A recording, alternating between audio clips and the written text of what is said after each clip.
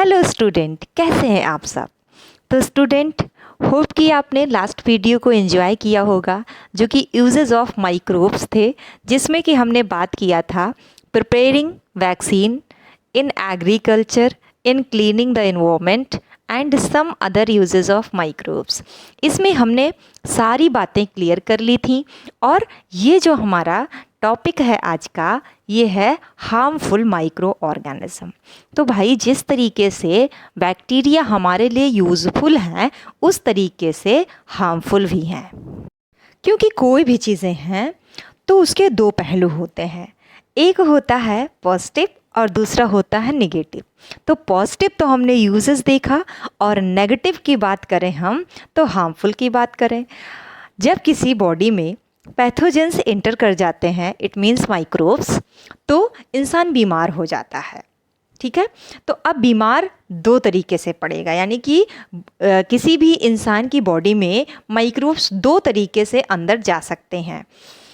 एक तो किसी भी कंटामिनेटेड वाटर, फूड, ये सब लेने से, या कंटामिनेटेड एयर से, या फिर किसी ह्यूमन, प्लांट्स, एनिमल, इन सब के डिजीज़ किसी को हो गया है, उनको हम टच कर रहे हैं, उनके कांटेक्ट में आ रहे हैं, तो इस तरीके से हमारी बॉडी में ये पहुंच सकते हैं। अब ये पैथोजेंस हमारी बॉडी में पहुंच के और हमको डिफरेंट टाइप के डिजीज़ कॉज करते हैं। अब भाई, पैथोजेंस रहते कहाँ हैं? तो पैथोजेंस हर जगह रहते हैं। अगर हम बात करें, धरती, आकाश, पाताल, हर जगह पे रहते हैं। It means air, water and land, हर जगह पे पैथोजेंस हैं। आपके खाने पे, आपके स्किन पे, ठीक है, और आपके आसपास हर जगह। आप कोल्ड ड्रिंक पी रहे हो, उसमें भी हैं। आप पिज़्ज़ा खा रहे हो, उसमें भी हैं। आप बर्गर खा रहे हो, उसमें भी हैं। जिस बिस्तर पे सो रहे हो, वहाँ भी हैं। ये पैथोजेंस हर जगह हैं। तो कुछ डिज़ीज़ की बात आज हम करेंगे, जो ये पैथोजेंस हमारी बॉडी में डिज़ीज़ फैलाते हैं। तो हम सबसे पहले बात करते हैं ह्यूमन डिज़ीज़ की।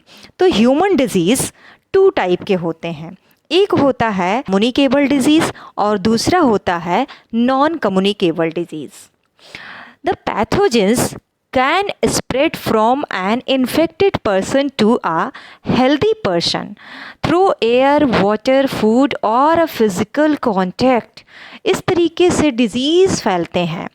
तो disease which can spread from one person to another person is known as communicable disease, and communicable disease are infectious disease.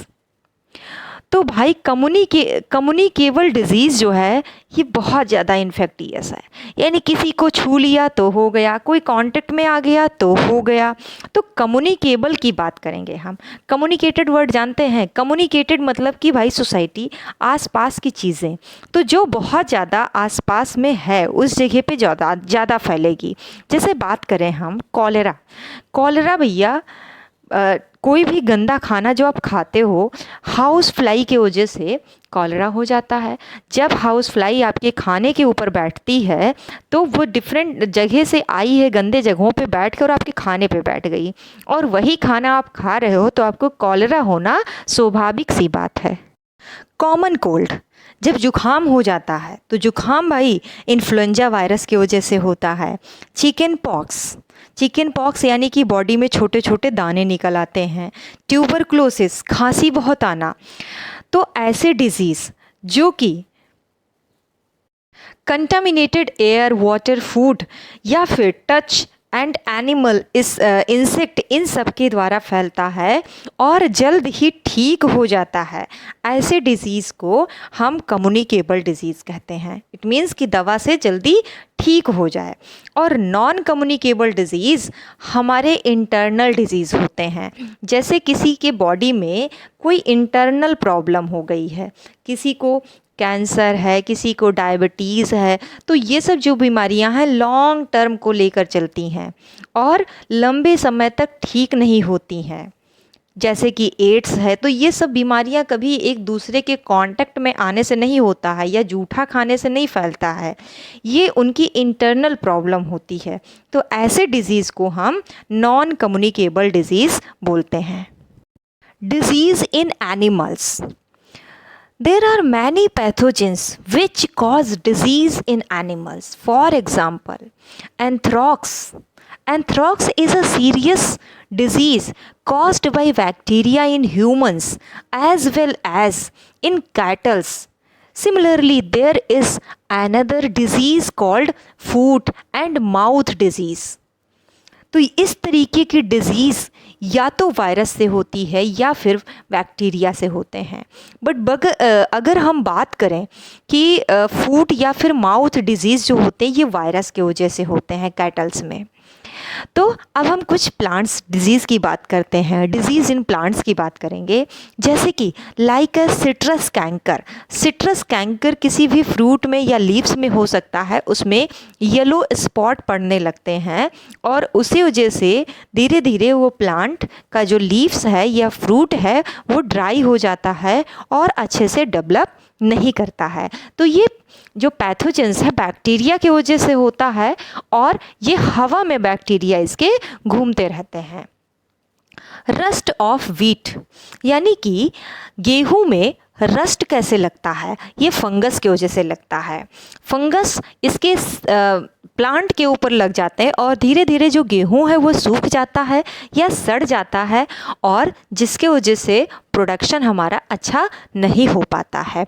और ये इसके जो फंगस हैं ये हवा में या तो रहते हैं या फिर जब हम सीड बो रहे होते हैं उस टाइम इसमें कहीं से आ जाते हैं।